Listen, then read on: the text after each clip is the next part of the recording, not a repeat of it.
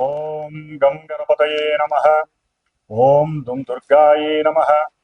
ఓం ఆంజనేయాయ నమః. ఆదిత్యాయ చ సోమాయ మంగళాయ బుధాయ చ గురుశుక్రశనిభ్యశ్చ రాహవే కేతవే నమః. ఓం జాతవేదసే సునవామసో మమరాతి యతో నిదహాతి వేదః స నః పరుషదతి దుర్గాని విశ్వానావేవ సింధుం దురితాచ్యగ్నిః.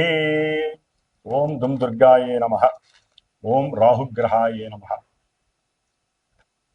ఓం అర్ధకాయం మహావీరం చంద్రాదిత్య విమర్ధనం సింహికా గర్భ సంభూతం తం రాహుం ప్రణమామ్యహం.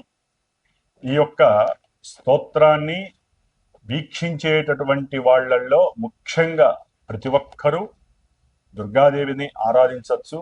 ముఖ్యంగా కర్కాటక రాశి వారు, తులారాశి వారు, సింహరాశి వారు, వృశ్చిక రాశి వారు, మకర, కుంభ, మీన రాశి వారు మాత్రము తప్పకుండా రాహుగ్రహ ఈ స్తోత్రాన్ని నిత్యము 18 సార్లు పఠించి, అలాగే దుర్గాదేవి యొక్క అష్టోత్తరాన్ని లేదా దుర్గాదేవి యొక్క ఏ మంత్రాన్ని, శ్లోకాన్ని, స్తోత్రాన్నైనా సరే రోజుకి 2 సార్లు ఉపాసిస్తేనే వారు రాహుగ్రహ ఆయన ఆడేటటువంటి విన్యాసాల నుంచి బయటపడే అవకాశాలు ఉన్నాయని గుర్తుంచుకోవాలి. ముఖ్యంగా వినేటటువంటి ఈ యొక్క వీక్షించేటటువంటి ప్రేక్షకులందరూ కూడా ముఖ్యంగా కొన్ని ఎథిక్స్తో కూడినటువంటి ఆ బుద్ధిని, జ్ఞానాన్ని ఉపయోగించుకోగలిగితే బాగుంటుందని ఉద్దేశ్యము. ఎందుకంటే ఈ యొక్క రాహుగ్రహము అనేటటువంటిది ఒక పొగ లాంటిది, సమస్తము వాయువుతో కూడి వ్యాపించి ఉంటుంది. ఎందుకంటే ఇప్పుడు రాహువు కొన్ని నెలల బట్టి వాయు రాశి స్థితిలోనే ఉన్నాడు.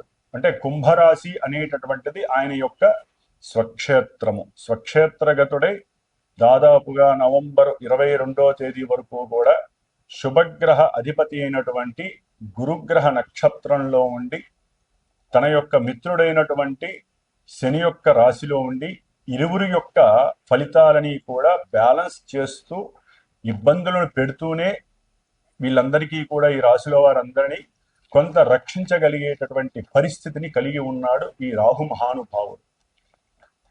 ఎందుకంటే మనకి ఉన్నటువంటి నవగ్రహాలలో రాహుగ్రహానికి, కేతుగ్రహానికి కూడా ఉచ్చము, నీచము, అట్లాగే స్వక్షేత్రము, కుంభక్షేత్రము అనేటటువంటివి ఏదో మన ఋషులు కొంతవరకు ఆపాదించారే గాని వీరికంటూ ఒక ఇల్లు లేదు, వీరికంటూ ఒక సంస్థానము లేదు.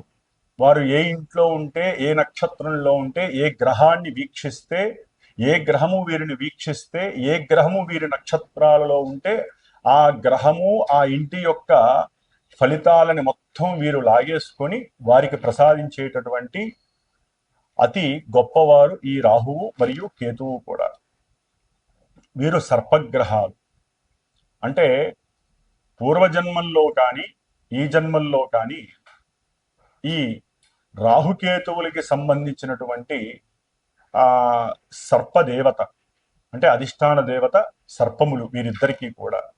కాబట్టి కొంతమందికి జాతకాలలో అనంతకాల సర్పయోగ దోషాలని, అట్లాగే సవ్యకాల, అపసవ్యకాల, అర్ధకాల సర్పయోగ దోషాలని, సంపూర్ణ కాల సర్ప యోగాలని, అట్లాగే జన్మలగ్నం నుంచి కూడా 12 లగ్నాలకి వీరు లగ్నంలో ఉంటే ఏంటి, కుటుంబ స్థానంలో ఉంటే ఏంటి, తృతీయంలో ఉంటే ఏంటి, చతుర్థంలో ఉంటే ఏంటి, అంటే ఈ రాహుకేతువులు 12 లగ్నాలలో 12 రాశుల్లో దాదాపుగా 144 ప్లస్ కేతు నుంచి చూస్తే ఇంకో 144, 288 కాలసర్ప యోగ దోషాలని అనుభవిస్తూ ఉంటాము అందరము కూడా. అయితే వీరి యొక్క దశలో, అంతర్దశలో, విదశలో, సూక్ష్మ దశలో, ప్రాణదశలో వచ్చినప్పుడు గోచారంలో వీరికి ప్రతికూలమైనటువంటి స్థానగతుల్లో ఉన్నప్పుడు మాత్రమే వీరికి అవి ఎక్కువగా ఇబ్బంది పెట్టేటటువంటి పరిస్థితులు ఉన్నాయి. మరి ఇప్పుడు ఇందాక చెప్పినటువంటి రాసుల వారికి అయితే గనక తప్పకుండా ఈ రాహుగ్రహము యొక్క ఆ ఇబ్బందులు పడేటటువంటి అవకాశాలు ఎక్కువగా ఉన్నాయి. ముఖ్యంగా ఈ రాహువు వాయుతత్వపు రాశి అయినటువంటి అట్లాగే తన యొక్క సొంత నక్షత్రమైనటువంటి శతభిష నక్షత్రంలోకి ప్రవేశించాడు నవంబర్ 23వ తేదీన. అది తన యొక్క మిత్రరాశి స్వక్షేత్ర రాశి అయినటువంటి కుంభరాశిలో ఉండటం అనేటటువంటిది ఇది నిగూఢమైనటువంటి మర్మగర్భితమైనటువంటి రాశి. కుండ అంటే కుండలో ఏమున్నాయో ఎవరికి తెలియదు, అంత మర్మగర్భంలో ఉన్నటువంటి ఈ రాశిలో శని యొక్క లక్షణాలని, శని ఇచ్చేటటువంటి ఫలితాలని పరిపూర్ణంగా తన యొక్క అధీనంలోకి తీసుకొని మకర రాశి, కుంభరాశి, మకరం అనేటటువంటిది కుంభరాశి వారికి ఈ 2025వ సంవత్సరం నవంబర్ 23వ తేదీ నుండి 2026వ సంవత్సరము ఆగస్టు 2వ తేదీ వరకు కూడా రాహుగ్రహము తన యొక్క మిత్రరాశి సొంత రాశి అయినటువంటి కుంభరాశిలో ఉండి సొంత నక్షత్రంలోకి ఆయన మారుతున్నాడు. సొంత నక్షత్రంలో ఉన్నటువంటి ఏ గ్రహమైనా సరే చాలా ఉన్నతమైనటువంటి శక్తిని కలిగి ఉంటుంది. స్టెల్లార్ స్టేటస్ అంటారు దీన్ని. అట్లాగే ముఖ్యంగా ఆ గ్రహం వేరుంటుంది. ఈ రాహు గ్రహము అనేటటువంటిది ఒక రకంగా చెప్పాలంటే అమీబా లాంటిది. ఆయన ఏ యొక్క రాశిలో ఉంటే ఆ రాశ్యాధిపతి ఫలితాలను ఇస్తాడు. అట్లాగే ఆయన ఏ నక్షత్రంలో ఉంటే ఆ నక్షత్రాధిపతి ఫలితాలు ఇస్తాడు. కాబట్టి ఈ రాహు అనేటటువంటి వాడు మరి సొంత నక్షత్రంలో ఉండి చాలా బలంగా ఉన్నాడు, ఇక తిరుగులేదు. అట్లాగే శని ఇంట్లో ఉన్నాడు, మిత్రుడింట్లో ఉన్నాడు, ఇంకా తిరిగే లేదు. అయితే వీరికి మొన్నటి వరకు కాస్త ధనలాభాదుల విషయంలో అనుకూలంగా ఉండొచ్చు, కానీ ఇప్పుడు కొంచెం ధన వ్యయము కలగటానికి అవకాశం. అంటే దూర ప్రాంతాలకి విద్య కోసమో, లేకపోతే వ్యాపార నిమిత్తమై, లేకపోతే ఉద్యోగంలో ప్రమోషన్ నిమిత్తమై విదేశాలకు వెళ్ళటము రావటం వలన వీరికి కాస్త ఆర్థిక వ్యవస్థలో లోపాలు కనబడుతూ ఉంటాయి. ఆర్థిక పరమైనటువంటి కొన్ని లోపభూయిష్టమైన పరిస్థితులు కూడా వీరిని ఇరకాటంలో పడేసే అవకాశం ఉంటుంది. కొంతమంది రాజకీయ నాయకులు కావచ్చు, పారిశ్రామికవేత్తలకు కావచ్చు, ఐరన్ ఫీల్డ్లో ఉన్నటువంటి ఎవరికైనా సరే ముఖ్యంగా ఈ వాయు సంబంధితమైనటువంటి ఏరోప్లేన్స్, లేకపోతే ఏరో ఎనర్జీకి సంబంధించిన రాకెట్లకు సంబంధించిన ఈ పెద్ద పెద్ద సంస్థాగత పరిశ్రమలు కావచ్చు, వాటిని తయారు చేసేటటువంటి ఐరన్ వ్యవస్థాపకులు కావచ్చు, వీరికి కొంత లేనిపోని సమస్యలు చుట్టుముడుతున్నాయని చెప్పుకోవచ్చు. దాని ద్వారా వీరి యొక్క పారిశ్రామిక ఆర్థిక వేగము సన్నగిల్లుతుంది. దాని ద్వారా కొంతమందికి ప్రాణ సంకటం, అనారోగ్యము కలగటము, అట్లాగే అనుకున్న ప్రతి పనిలో కూడా స్పష్టత లేకపోవడం వలన, లేకపోతే వీరికి ఏదో కొన్ని అపోహలు అనుమానాల వలన, లేకపోతే మిత్రుల యొక్క ద్రోహం వలన, డబ్బులు ఇచ్చిన వాళ్ళు తిరిగి ఇవ్వకపోవడం వలన వీరు కొంత వారి యొక్క ప్రాణానికి ముప్పు వాటిల్లే పరిస్థితి ఉంటుంది. ఆరోగ్య విషయంలో జాగ్రత్తగా ఉండాలి. కొంతమందికి దీర్ఘకాలికంగా అనారోగ్య బాధలు చాలా వేధిస్తూ ఉంటాయి. వీరు తప్పనిసరిగా జాగ్రత్తగా ఉండండి. భార్యాభర్తల మధ్య అసౌకర్యమైనటువంటి పరిస్థితి కలుగుతుందని చెప్పుకోవచ్చు.